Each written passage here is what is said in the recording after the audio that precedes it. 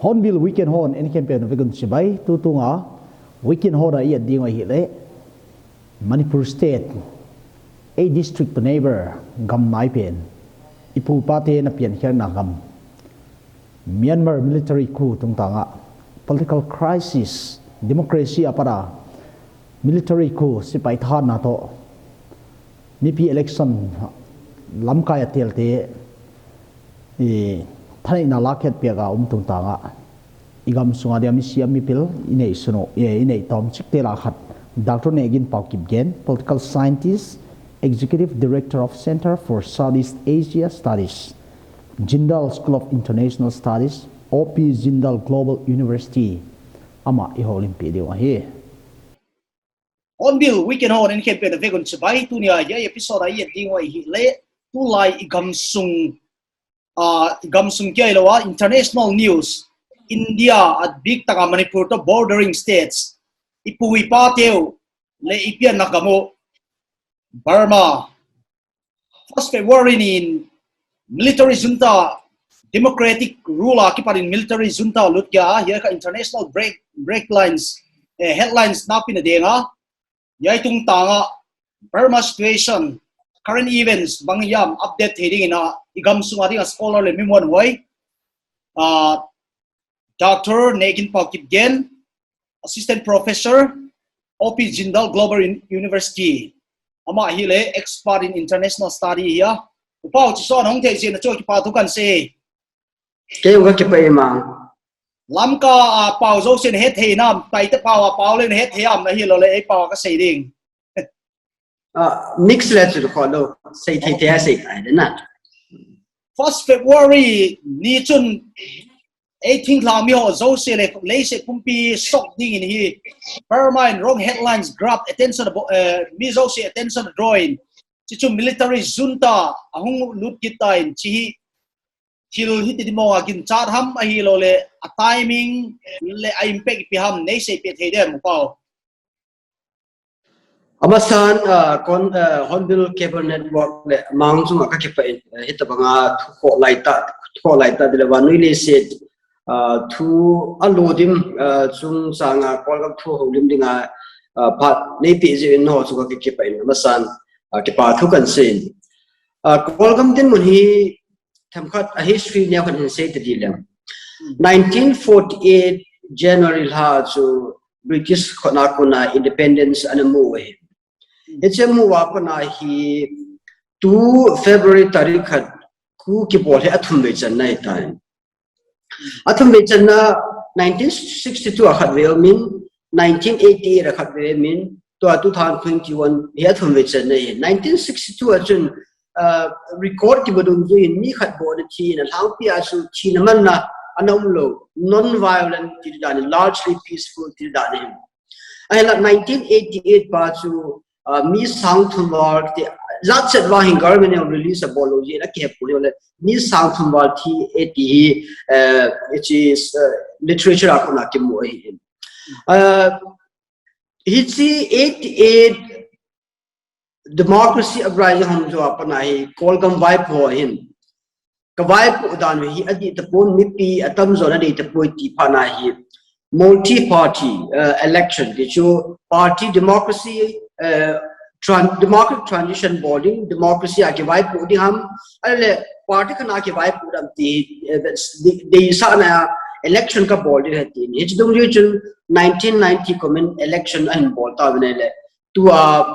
national league for democracy Aung San Suu Kyi lam kaina h party hin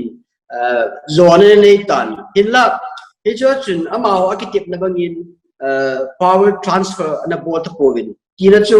ama ho na sei pe na chu ibem tele government civilian government ko ma power transfer ka pol ma sangwa chu constitution si masanga ye tivini he chu excuse ala wa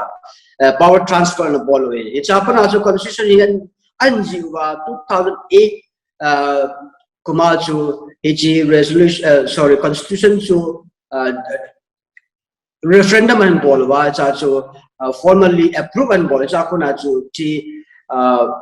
democratic transition ki ti pa hi ama ho dei dan ta an chi ti hin he dung ya chu election hi 2010 kuma chu hu masa pen hi in he chi ding a chu masanga sipai lam kai ho army lam kai hon a uniform khelwa ama ho civilian dress a huwa ama ho election and terwin it's like that to Aung San Suu Kyi lam kana national for democracy hin akhil board no democracy ta ke to koi tizin boycott na bolven le ama ho military party ke da military proxy party chen USDP Union Solidarity and Development Party chen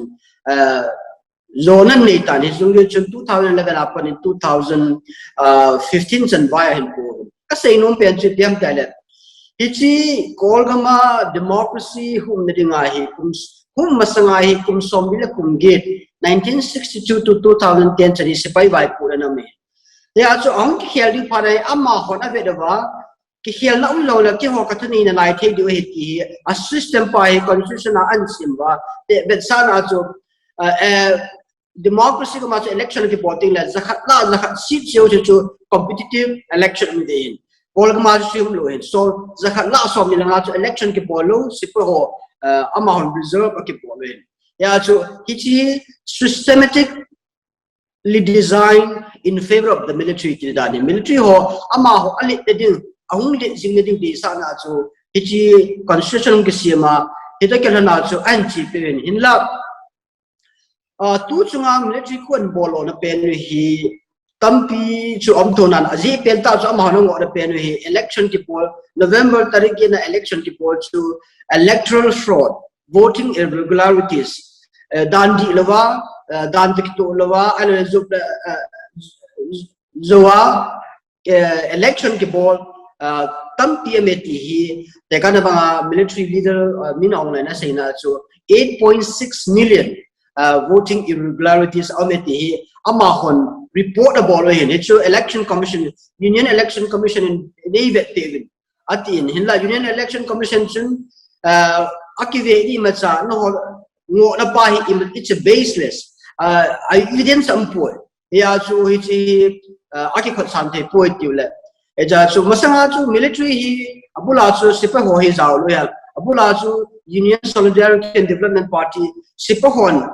aphu do he political party ho chun complain and bomas chiwa chu ama ho chun sipaho aung ti kum ni ngai akwe cha sipo aung ti kum kai adi ta chu at any moment at any time a constitution ya chu sipai tha na ya chu sipo hin adai pha pha na chu power ala the din mun hin inla constitution chu azu wa la constitution na chu there are three things till to min hichi tum chu they are in danger here state of emergency declared to both 18 number khana chun agam sung ahu ke theding dimuna ahuma number 1 number 2 achu mepi kilung khana ki pun khomna ahung boi ke dinga athum chana chun kolgam chu thing noi mi ham alaga pamakuna force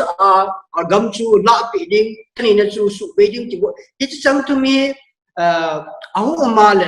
it is state of emergency ki to declare ke both 18 ayin la tu chunga su ko na bor ki che pyam tel aba na se ya chu ke hon constitution hi preserve or protect about it ai constitution tung ria ka chore te na bor ki pe che pyam tel constitution tung ria chu president pa to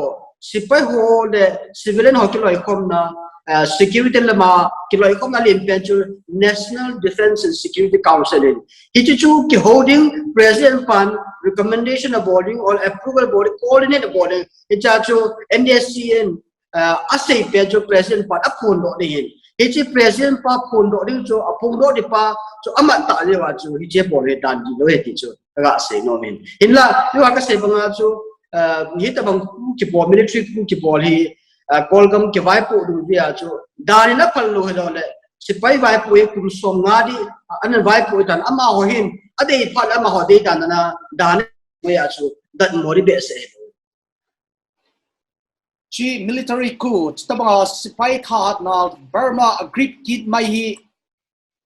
ipiham NLD hon Aung San Suu Kyi le a party hon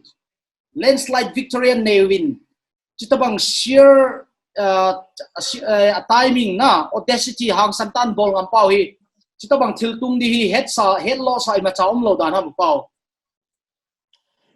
yo ka se banga chu kolgam sipe ho hin amma na ki yel dan wa hi agam sung ken no ding le agam sung putuk te hi ama ho hin sipe ho buin tha ka ne ve sipe ho buin sipe ho agam nga ka hi ve agam deng tu ka hi ve tia cho them khat thil ama ho de dan wa thila umma la chun ama ho hin hi te ho ka zaw lo hi the lo hi ke ho ka pan lo the lo di ama ho hin advantage ala ji hin ai yo ase ba chu kolgam hi democracy ta ta nai lo hin sa pa wa english ase de nga chu incremental democratization kitin or gradual democratic transition I don't know a hybrid democracy of kitin English acho ipm dile democracy thing ta lo ya chu sipo ho thani ne izan ha na lain ya chu sipo ho hin se banga chu dana ji go na wa ma hi ama ho lung de lo e pha la chun power military coup ti ho bang thani ne la ti ki to hi abol the wen darin phali ong le abol lum phat abol the tin manam ja so ye chu kolgama democracy to democracy dita mipi thani na ole civilian leadership dita chu the na lo to azam achi sa kum na Aung San Suu Kyi lam pen NLD to ong to khom chu tan even na ya le sipo ho hin aphat phat le buina an semin aphat phat le ipya parliament an mangchawin alula ma ho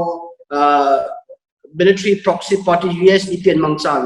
ya chu dani na phallo hele aphallo he jong le ama ho hin kita hena ti wa le abol num cha bo the din munam na lai ja chu chi that modi be se pu ka tinum na chu dani phale jong le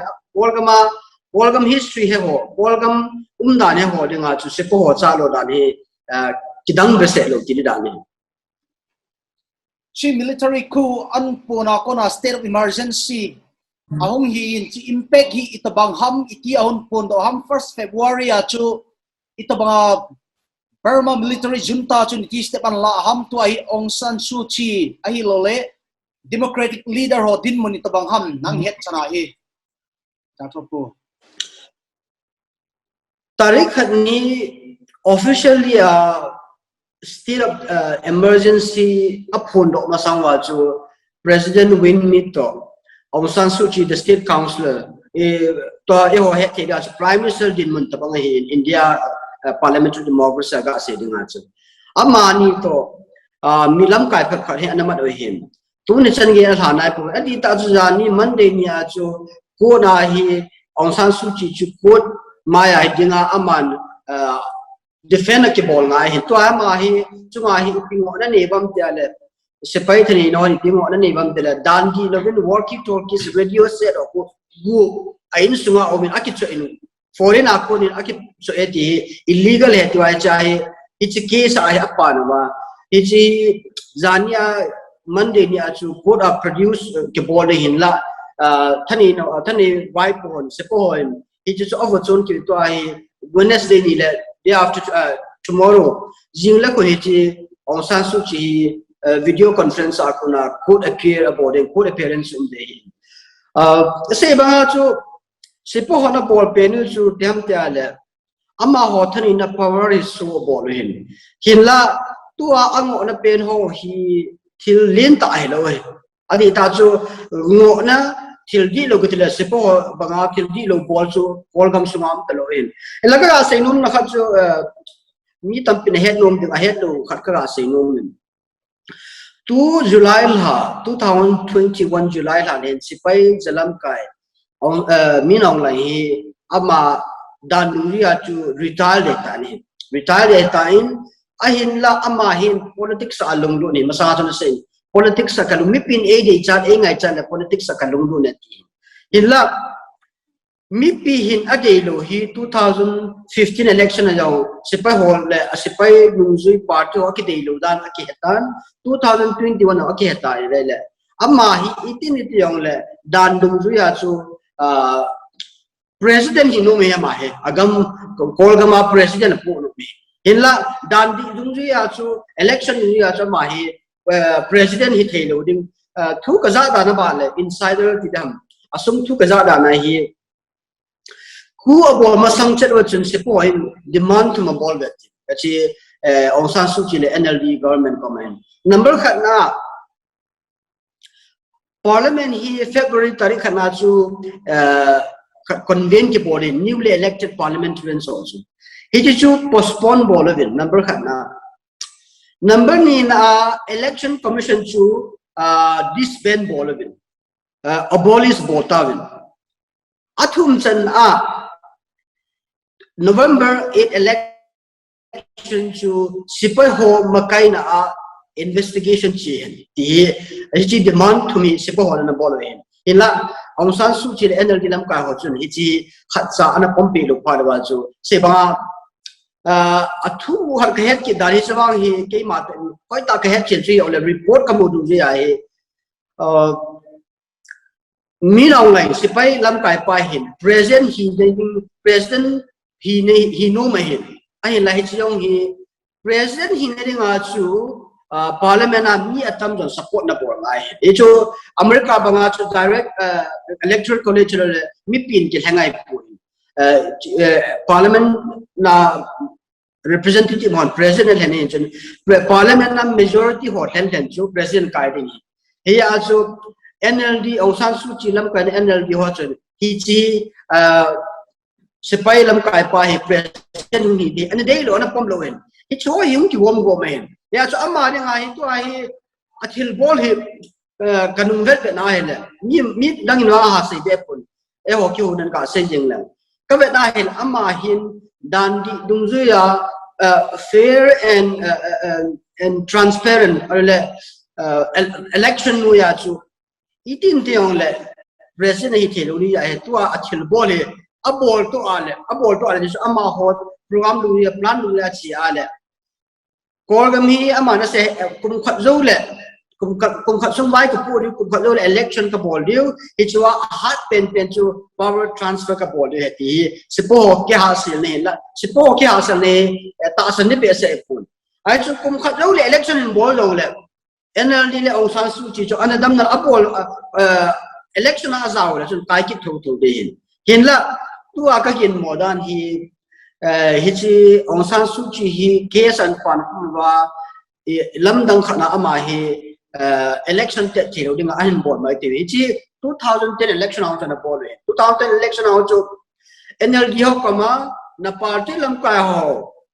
zela tang ale charges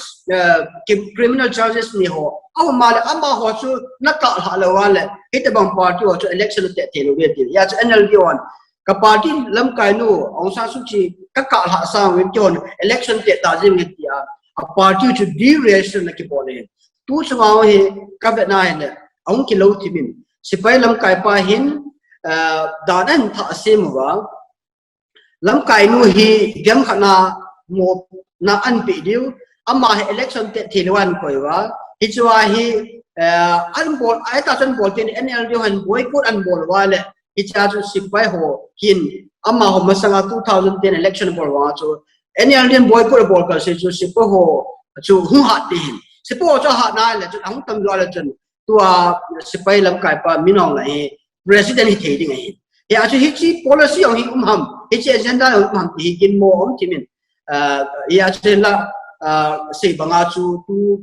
next tomorrow jing le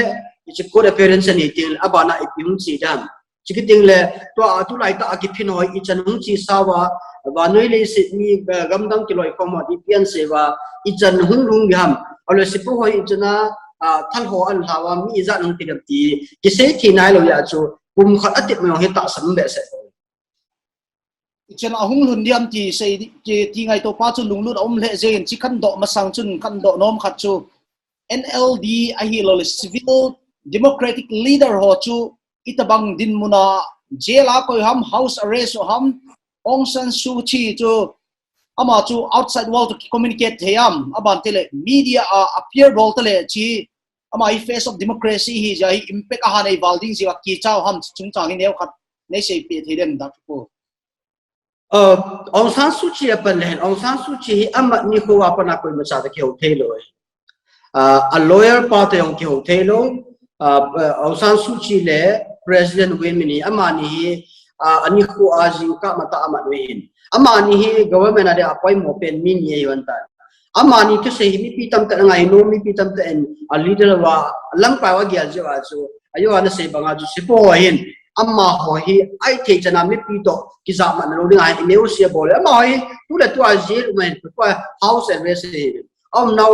government portal ti da ina ni pi do a to hi ina avado apolo sa lo ti den se po na ina nga gara bol wa ku mi sa apolo sa lo ku mi sa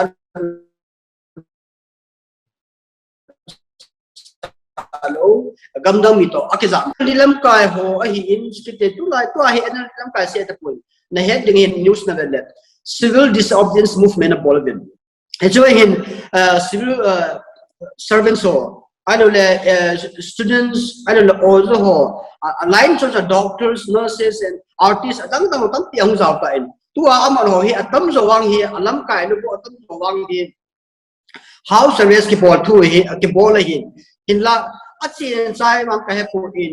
mi pi la aman ho wang hi zila prisoner kai gi hin the head khat chu February tarik so many date 12 ni jo Kolgamari Union Day kitin Union Day hi biham a history chu ga se nya ga se la it's hi 1948 independence nga zo wa pa na hi pia independence nga zo wa hi agam sunga mi pi ho hin ipiha tha na hu khom wa to India Republic Day ti ta ba ki mai ya chu ki chu hu ki loi khom wa agam sim khom dinga panna ko ding ki ichini ho vetsa na chu kum selen February 12 hi Union Day a ki manga hin e chu Kolgami nam kha se na simai pun nam chum kilo ko ya kiloi khoma ki semi ki vetsa na chu Union Day kum se an man hen e cha chu mi sang som ni le gup ham vel azat chu ka ga mel chi ta pun som sang som ni le gup ben le kilon a ha do hen ki cha chu ni chi adita chu Kolgam government ho hin koi hi dong le ni khutup piam ting le mi wa chu je la tang ho hi iza nam ha ha do ji wa chi ting le azil dam ho prison center so chu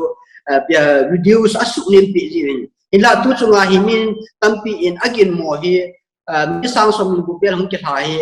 adang ho ki mat ting le zil amun a space on ni nga ichi ki tha ro hin to ai mi iza nam mi tu mi za li wa man ta ve to ai mi iza an mat be dio ham an mat be diam ti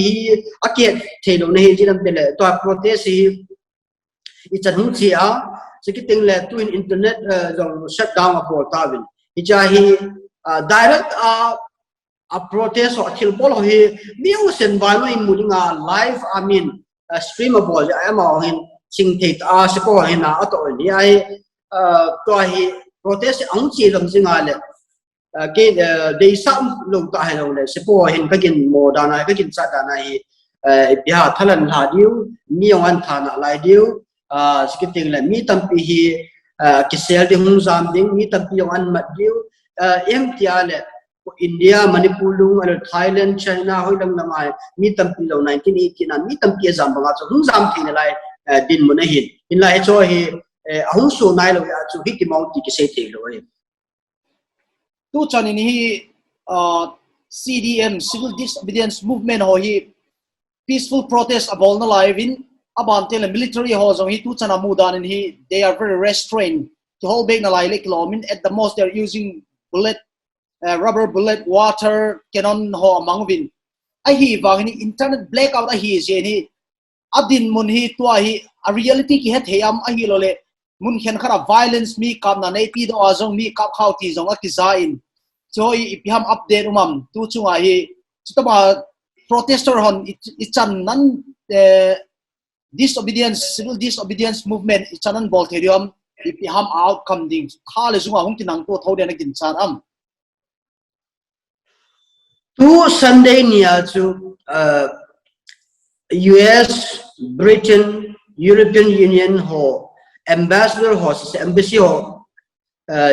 Kolgama, Myanmar gama embassy, Western embassy sources in statement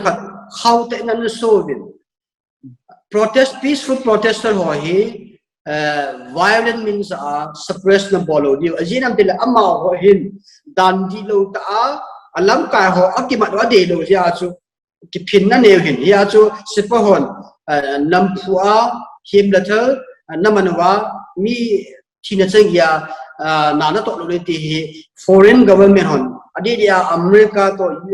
Britain to European Union hang santa a hi chi asai wa hin Canada jaw na he chi ke lengin Biden ring in long avel velin kolgam lam ka hoi ya strong worded statement nam thu ami mat lo tha lo ding alole violent means za lo ding ti hoi sei den ya chu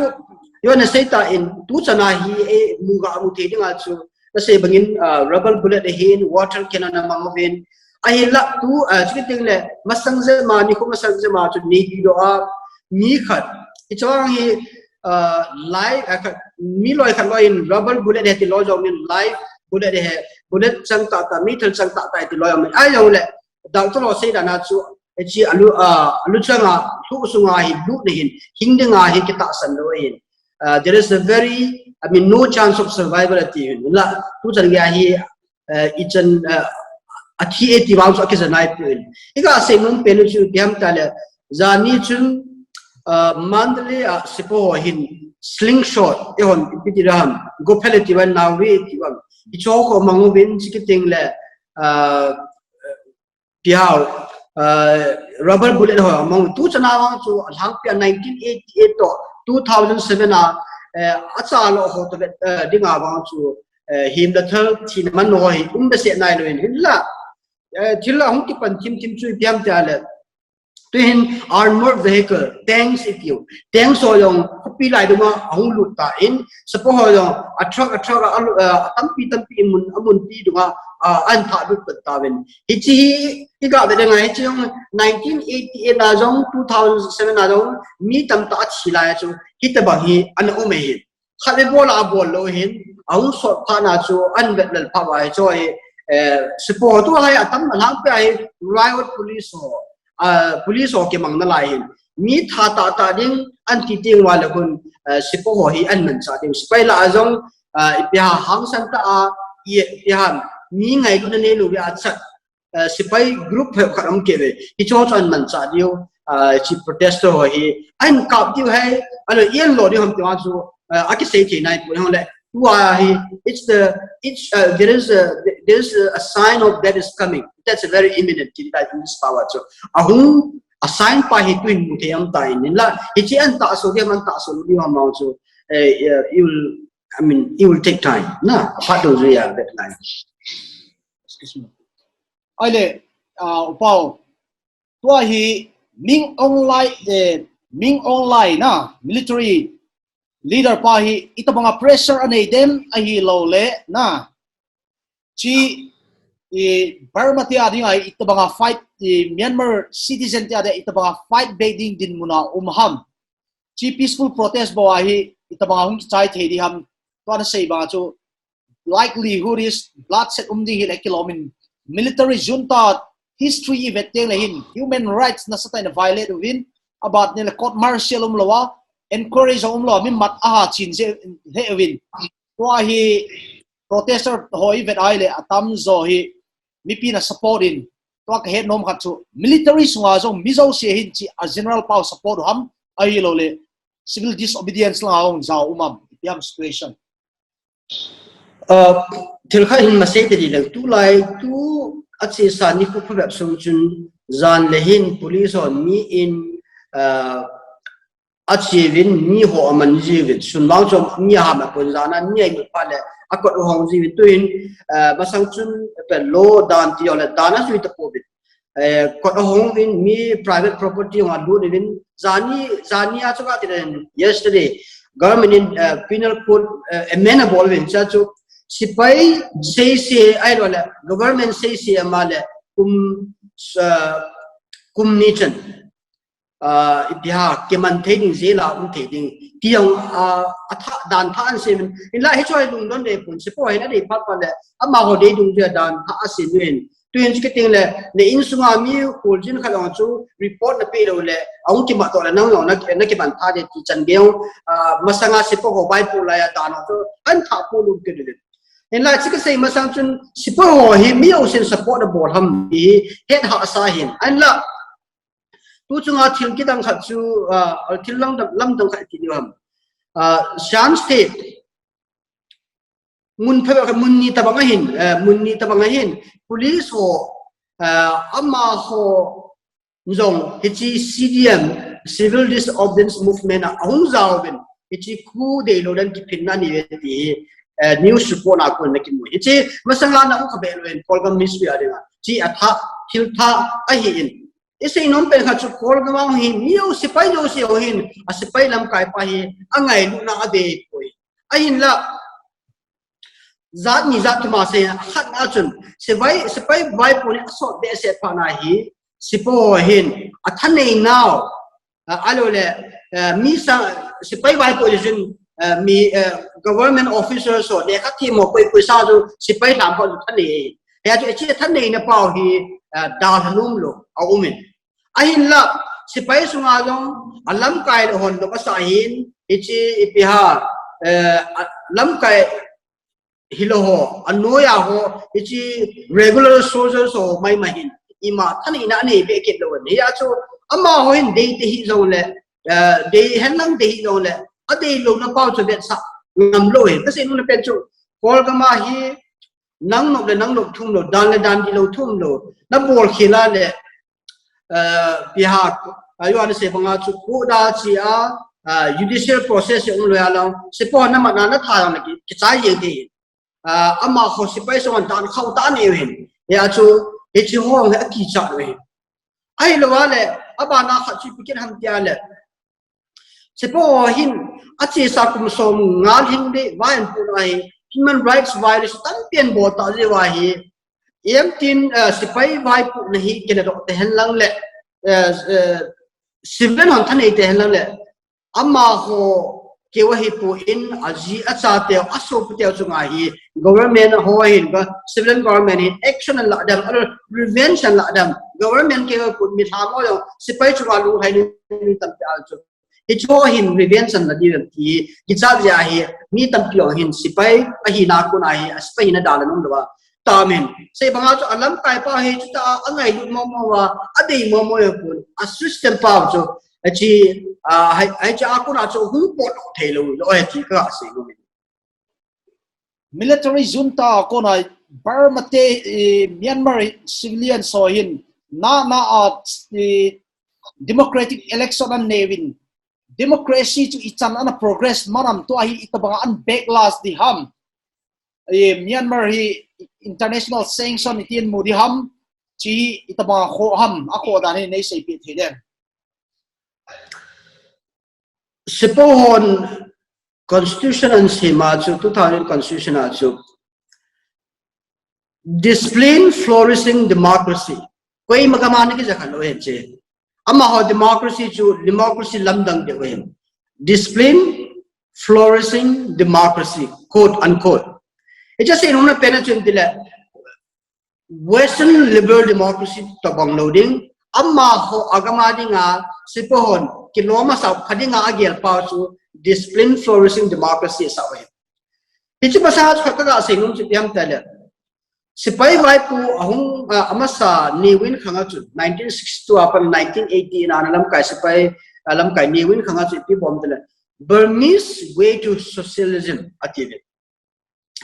socialist system or a socialist democracy yang ati socialist system aki poin ayin la iti socialist system tu gamdang socialist system wato ki banglo ko gamadi nga pha age la sipon ade dai la la kom ba socialist system ati it's ma banga chu ko ai democracy ka ma chu sipon chu ama ho dai lai ala eto chu amina democracy sa ding asunga chu sipai tinina sa ding ki pa chu this discipline flourishing democracy sa nam khatna ga sailam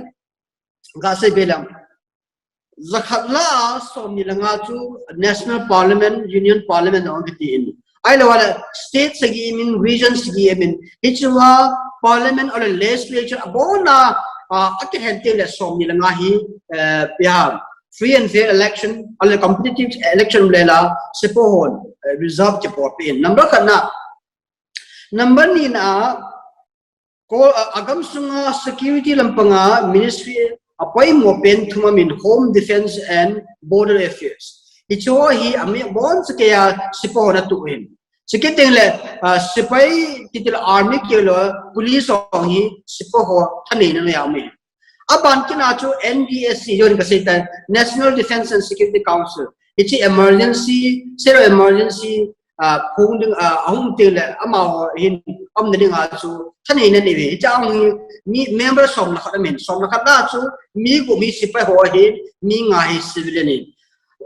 chikiteng le constitution chu khial ni nga hi zakhatla som sek bilanga abal te nga yin echa ba ni nga chu som ni nga hi sipai ho me mathematics calculation ka budget zakatla out 175 more than 75 75 says alone ale zakatla 25 to sipona tu ta le chun adang si se chun full support bolong le sipo ho chun yes ti lo le constitution amendment ki bo the lo ichi laita pa ya he ya sipo he ama ho thani na hi atu chau hen ya chu democracy ki tiwa to you ga say time discipline flourishing democracy ya chu democracy ta hello a hybrid regime hin ya chu ahin la ministry is at nam khachu takar ma presidency hin foreign ministry hin adang ministry is at nam khachu civilian government atu ya chu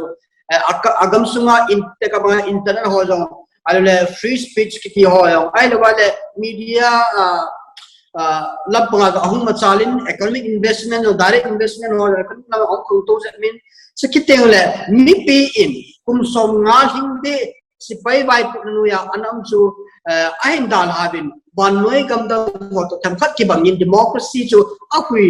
anun dan ale akhat dan akhwai dan chu tabat taste an botawan democracy chu hite yole democracy one form of democracy incomplete democracy acho ama hol mi pinchan bu ida na matan nei ti ta tu hi piam ta le ama hon kuan bola pana hi ka hin modan chi wang hi officially in a say nai pu ka hin modan hi constitution hi athan sim hin sim hi yole tampi an hial mai ti ida union election commission election ki board an chungcha chikiting le state councilor to Aung San Suu Kyi apan mun hoba ale Aung San Suu Kyi election apan the lu to bai an hial mai ti an hial wala chun se banga chu achi sakum som sunga ichalam kana democracy dum ya tem khat un hial na pa chu hinder ale completely shut down bohi ole ichalam ka chu an su boi ta ding aba sepona se gpm tele ki hoin democracy promote ka bol democracy protect ka bol dai tu change happen na na achil board ho se wa chu democracy takitu lo ele democracy de na chu military ku ke bol ngai le banile se history ven nang manle se ati hel no kam ta no chen democracy de na ko ma military ku ke bol ngai lo e chu ra se mi khen tak khen ke khat criticize that in Aung San Suu Kyi to power atu line zong military puppet ahe tivin kwa hi puppet khat nei sanga chu hita bol ngal ngal hoi zom ti hoi propaganda ham ichana authenticity nei ham chung changa hi kichi ke yong nation BBC World Service London interview ka bol mình đó là cái view cái bộ này đồng gì đi thì khát hết đi chú ayun cái xây tại in civilian government chú 100% amount power này rồi chú zakat la biha 75 ta bang chú 75 la lo amount 75 chú alhinga ani kit nai lo in NLD chun 62 ti vel la cho ama ho majority hin sikiteng le ministry of bona tu lo sikiteng le sipai thani ne long ima cha ani lo ya chu athil bol thing hi very limited ai ichi mi tampi ne thim point ai la hi ya chu NLD thil bol se adi ka tina point a bol ki dong phasa pi min number kana Rohingya crisis sungai apan munahin banai ni sing na satan condemn bol ichi amano na sata abol ki na chom to ni la ichi yau chu ga se sa dri le se po ho to ki ma se po on lung lai de nga long abol dong to din la amano masanga democracy and human rights champion khani na chu ichi ho ge do to le la ama ho defend chilai hin khat ve question kan in san nom nan sei pet lai chuna Aung San Suu Kyi lo chu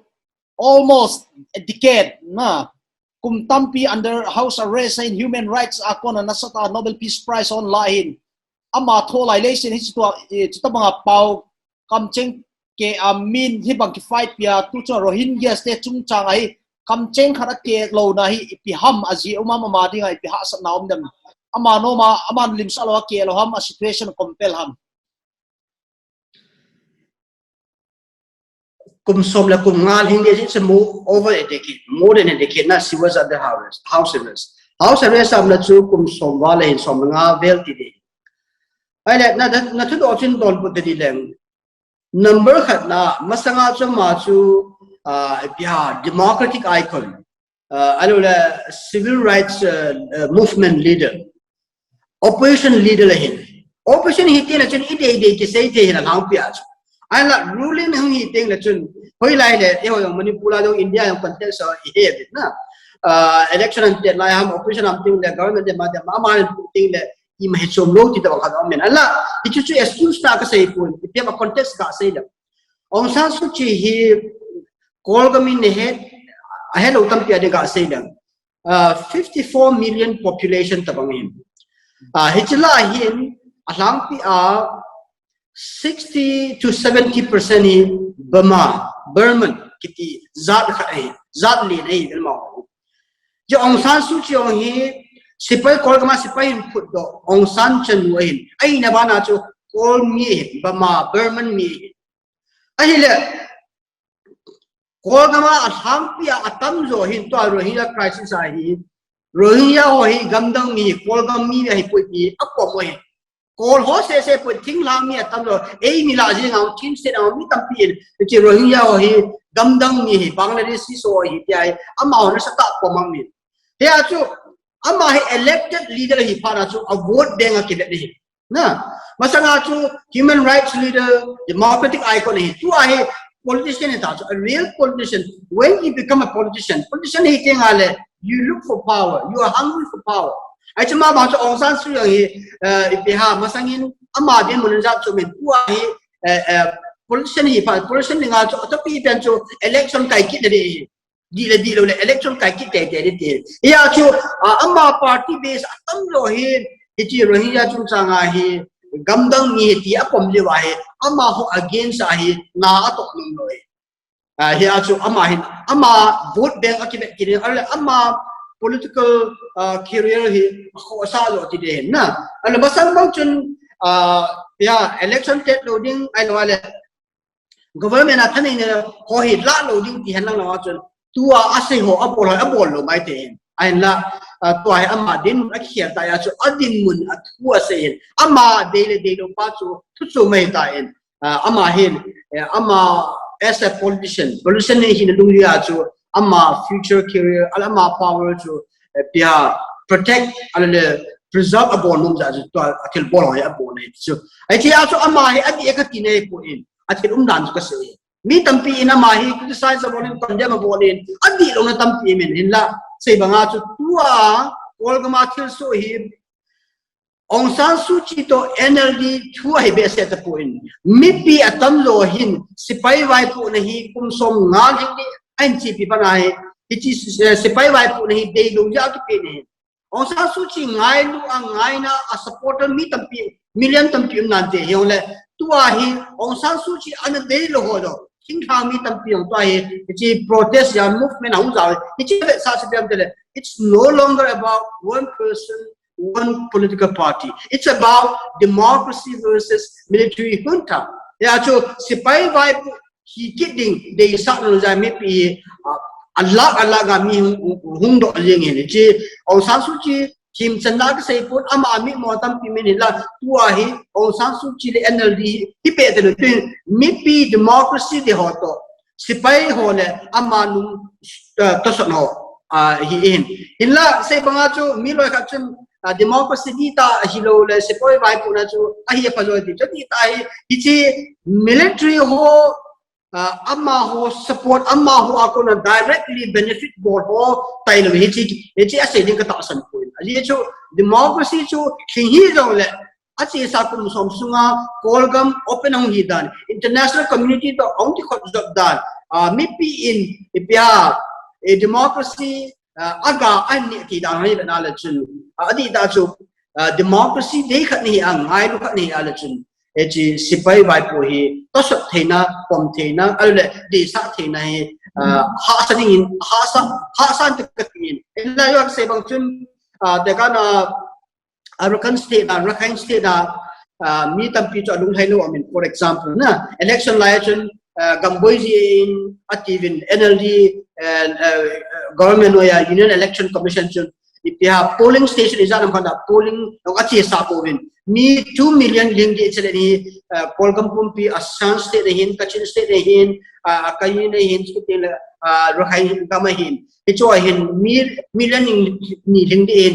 vote al ha the po hicha lung hai lo lung dam lo mi tam pi amin hichi lung hai lo la mi phek phak chun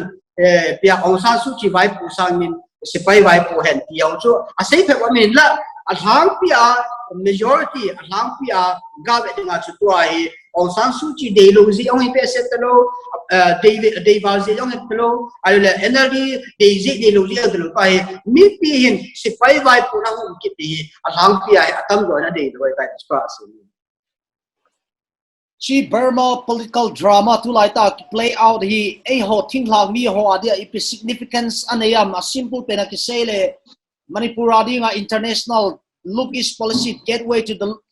east more line zo hung boy pe di hin be heng la zo ine yuvin na naga hon zo boundary ne yuvin chi ipiam significance a ho adinga ipiam a mi politics ai pim pe kan nei khaden hitsi a meeting lang mi kuki naga me ti ho hi jaw sa be se na khai kara sinu na chi piam tia le hitsi Manipurin look is policy egg is policy achieve ya hi hitsi government of India New Delhi apon ang ko hi hitsi masanga DD India laya national television New Delhi interview e board on ka sei tai ni ko February tarik ni ham ni chun ka sei tai Indian government in 1991 masang te daute late 80s to early 1990s just after 1988 pro democracy uprising na kolgma mi tampi achi ang zamong hichi vela achun Indian government hin nasate in kolgama democracy to human rights support na in hamsante in kolgam support dem na ni sikete ang zam do ke thopin Masanga Defense Minister Louis George Fernandez on Kolgam ni pasapi to ain sunga New Delhi ama Defense Minister hi lining on ain sunga se in the mori along really khatang za na saten house and Kolgam sipa ho de lo na ala democracy na to support and two government and say hinla 1991 apa Indian foreign policy ang ki kheta look is policy and CP of the azani zat moment tum aji tum mega active is tum nai khatna chu India te in Kolgam sipa ho ase sira adem lai ta chun China te in India te rival to them traditional rival in China they have advantage in labin all kama hin business or establishment bovin support ke khot job na lam khoi tan ni ke sim ta ne la India te hin iti de hich ho he ke ho do it is a counterbalance in this situation ka both he the Indian government Indian leadership at ngai to hin ani na hin India in economic market ngai sa ni agam sunga thil so product ho ju na dinga hi akinai pe chu Burma Myanmar ala Myanmar to Southeast Asia gam som gam khata dinga to gateway kini a gateway hi dinga to Myanmar to akikot do wale it's economic market expansion liberalization to to ha sakit ni ya to economic point of view long amin athum chan na chun security point of view amin head ma win Assam Nagaland Manipur chu we bi isa number olgam sipohon agam sunga amsa win suma kela win isa kon jona ma hon Indian government here security forces or aung kapji win kitha ke manam jin hicho hi Indian government ngai to olgam sipohon aki khot jo wale hicho hi gil border ha sare ti aja hichang tumni to pi pen chang tum jai look is policy and chipihin in Narendra Modi in 2014 in Act East policy and here I like I say non penchu Indian government here hichi look is policy Act East policy and boldo wapan na hi all the ma hi koi lam kai dong le koi hum kai do dong le amao ngi chai no na bol banga chu a government dem ta loading ang kai do to relationship leading ki an chi tin ya chu hichi ki vai ponang ki hin zanitong chun janganung tila ang military ko ang do zo azing ani ko azing chun Indian government in Ministry of External Affairs in deeply concerned to amahon alu kham naw ko min la sipo hi adem ngam ta po cho azi o mehin adem lo gi cho achi sa kom phana chu Indian government in ningkum jing long chun chief of army to sikitile foreign foreign secretary tam ka ai ta in amani achi hanin Aung San Suu Kyi ong ki mu pyonin min ong mai ong ki mu ke be san su be Indian government in koi lam ka halam koi hum ka do le e relationship mi su tal loading de sana chi abolen ya chu to hi look is policy egg is policy ki to hi tu chom khat chun thil ho ong ki chi masang chun tham khat interruption disruption chun nan tin la thilo hi sipo ong ha nam ale NLD ong power ong chan ki nam koi hum kai long he chi in the long run hichi egg policy hi boarding kata san po na je chu hichi high level ko na policy am sai in la 18 la mi or in ho dinga chu kolgam phai ma chen kho he ke kidil to jeng hin na nen su mi na na kolgam ang tam pim den chama ba chu kolgam in na tong phai ga ma su pil kidil to ho hi Muhazat mai the ki chu sepo hin dan azazat ama ho dei dan an sim wa le chun bia ki jok man ho ki len man ho ki chu ban ho hi masang sa democracy lai sa chu tham khat chu at the local level khati no min muhazat mai the tin ki jok man ho ai la lang pia chu look is policy ba hi boy inte ti ma sa ta sa tu ai le pau thu sau ta zong sei ta to hi a conclusion na din situation ni control no min mi pi hon democracy kamu to ka ge ta blood set to na sa ta galung ti sa na mu am hi lo le tu chunga hi ni civil disobedience movement in masang sa hard zo ai hi ja hi military lang ho hi pressure an pe do mutual agreement hum da mu ham ipiam outcome south chin lai di ham. Is it a long way or ayi lo le 2 weeks is bank pay di anamu if you have study done ide dan ga se masale hen ayi lo pa to chon ga ba de chung next step se la ide dan ta want to international community ho ade den vanilla na democracy gam ho America Europe Britain Canada even India Japan Australia Chojo si adang dong ho neighboring countries are Asian countries are hozo ki thu comment lang coordinated effort or approach ano le unified voice kan ni ti hen lang na certain pressure pi hen lang sipai ho hin tua akhil bol ho hi ama ho din se apalo hilawin ama ho sem sa constitution upper ke ki hilawin hi che bol khilwa le achi sa kum som sunga economic lama khantu no ho ale political stability kinga no ho ale adang danga khantu no ho hi an su boy thing nga men ye chu pia su boy thiam de le sanction ho to America le New Zealand in evo se New Zealand in diplomatic relations ties completely pia asu tan mai tai Burma gam tai ada US yung certain targeted sanction involved in European Union ada no an bo na la de hechan bo chu economic sanction an boarding le sepa ho yung chu ato kha de in la se ba chu economic sanction ki tian hang pia chu gam khat ki vai pu khian nga chu de sa na he ola lang pia kol ma chi sa kum som ngal hing der ki imu je ti le economic sanction hin ichan pia ki vai pu na khia sa lo be se pun an la mi pi ho hi hung gen te de sumra pa ki man sa nung ha se ning thilman hung kalding sipa hon lo si ne ti o si an ne good deal milhama nga chu hung ha sa ding education la mayo adi ta chu kum som tang ta chu America Kolgama University of Political Science ta bang sim thei lo e to ajo an sim thei pan political science ki to ba chu aina tu a hi chu an le bol kit mai ti a bol wa chu ki che san ke an bol mai ti aya chu hi chu ho ye te na chun sipai ho ading ayong chu a sipai hi na in professional army no man lang democratically elected government also ani na pile ki chu de sa in la a reality pa chu it could be the other way around ta sinum na chun tu hin peaceful protest evolved at some point down the road in the next few weeks ham alo ityam ka point mi pi ho hi ain bol jam jam thei di hun na in bol jam ko long le sipa ho hin se banga chu thalala a mi a tha ping na chun mi o se chi ding ki chai na to a chu chi ding ka kisa point in bol jong le mi atam lo hin pia ong sao da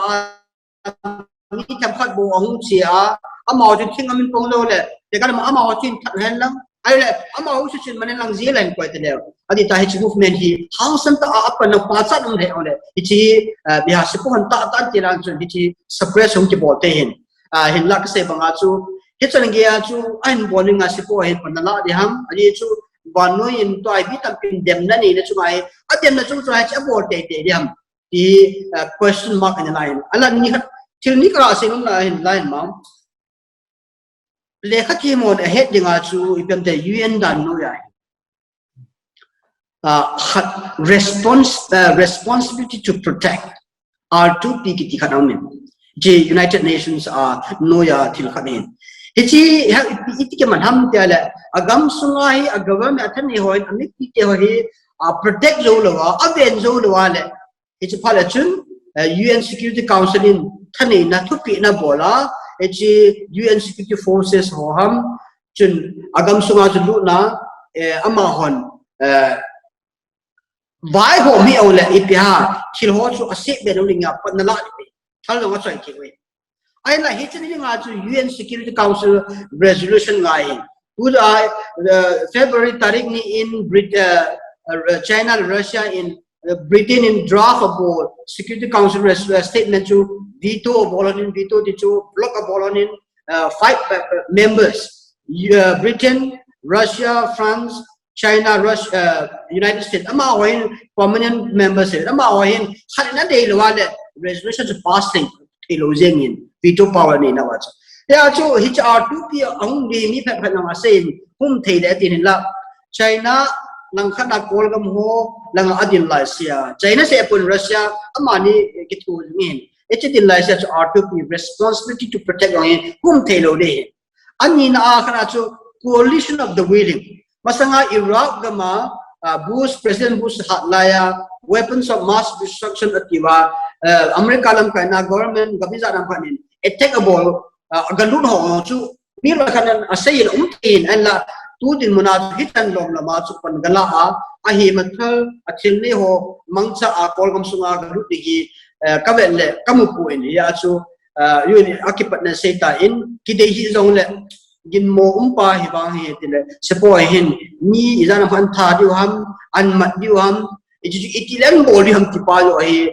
to hi question ma hin bolwang chu hong chi zama hi chi protest hong chi zama le bolwang hi an bol te di ba chu ka ta san ye chu achi sa kum 1988 hi in 2007 ho mi ke tha dan ho hong ki pat dan ho abul tila ai tan chi sa wa tu hi alam kai bu ho ma do hi